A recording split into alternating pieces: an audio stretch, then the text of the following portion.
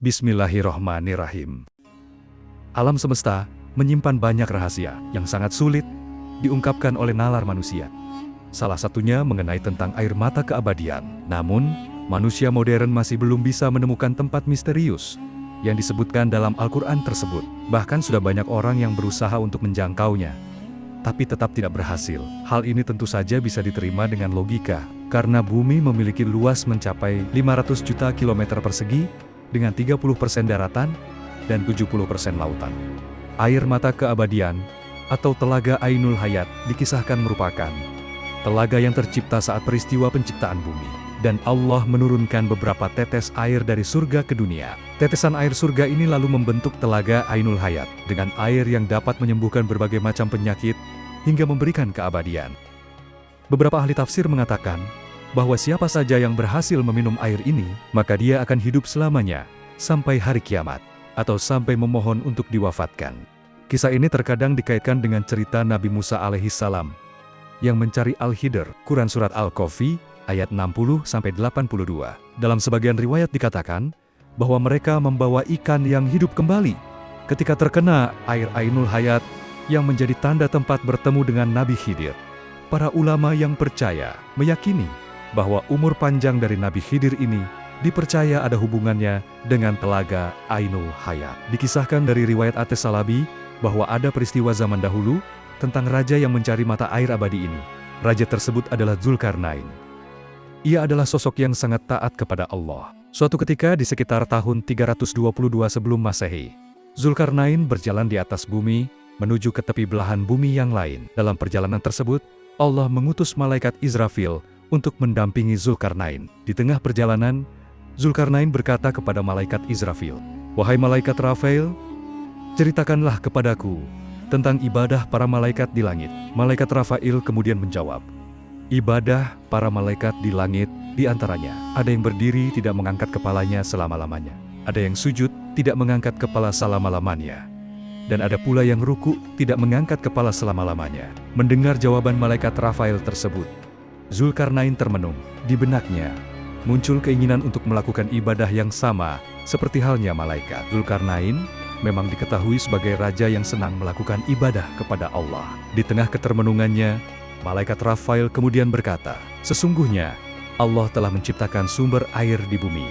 Namanya Ainul Hayat, sumber air kehidupan.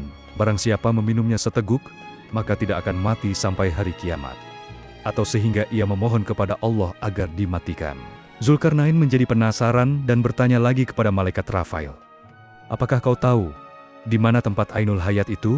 Malaikat Rafael pun menjawab bahwa sesungguhnya Ainul Hayat itu berada di bumi yang gelap. Setelah mendengar penjelasan malaikat Rafael tentang Ainul Hayat, maka Zulkarnain segera mengumpulkan para alim ulama dan bertanya kepada mereka tentang Ainul Hayat.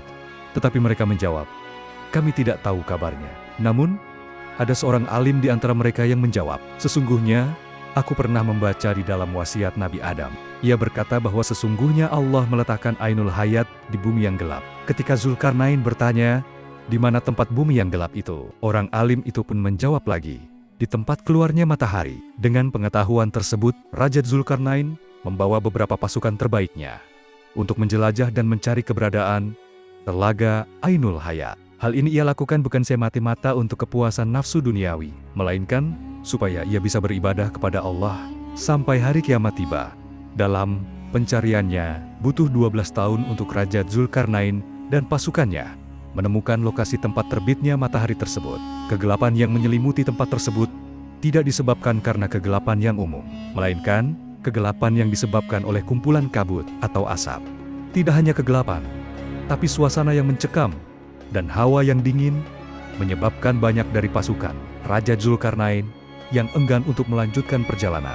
Dikisahkan bahwa Raja Zulkarnain bertemu dengan Nabi Khidir yang memiliki misi yang sama untuk mencari telaga tersebut. Dalam perjalanannya, Nabi Khidir dan Raja Zulkarnain berpisah karena Nabi Khidir mendapatkan bisikan yang mengarahkannya ke mata air tersebut. Nabi Khidir akhirnya mampu menemukan telaga Ainul Hayat, lalu ia bersegera meminum air dari telaga tersebut dan mandi di dalamnya. Ia merasakan bahwa rasa dari air telaga Ainul Hayat sangat manis, bahkan lebih manis dari segala madu di dunia.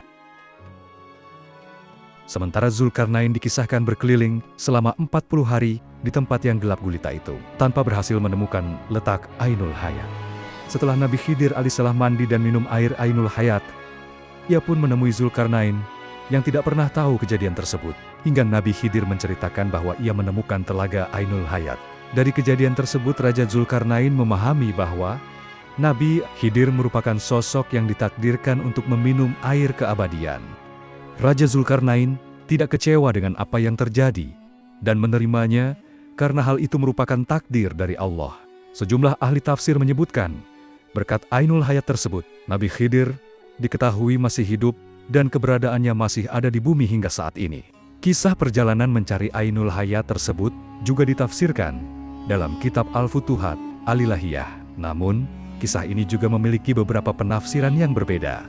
Beberapa pendapat mengatakan bahwa letak telaga Ainul Hayat dijaga Nabi Khidir.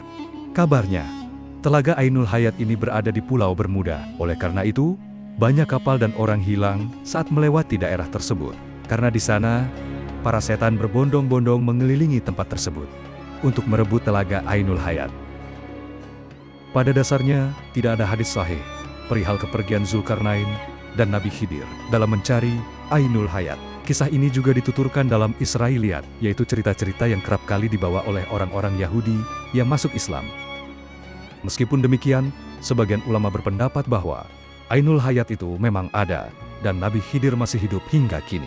Di antara ulama-ulama tersebut yang mempercayai tentang ini, yaitu As-Suyuti dalam kitab Khashaish, Wahb bin Al-Munabbih dalam Al-Mubtada, Imam An-Nawawi, dan lainnya. Wallahu alam bishawab.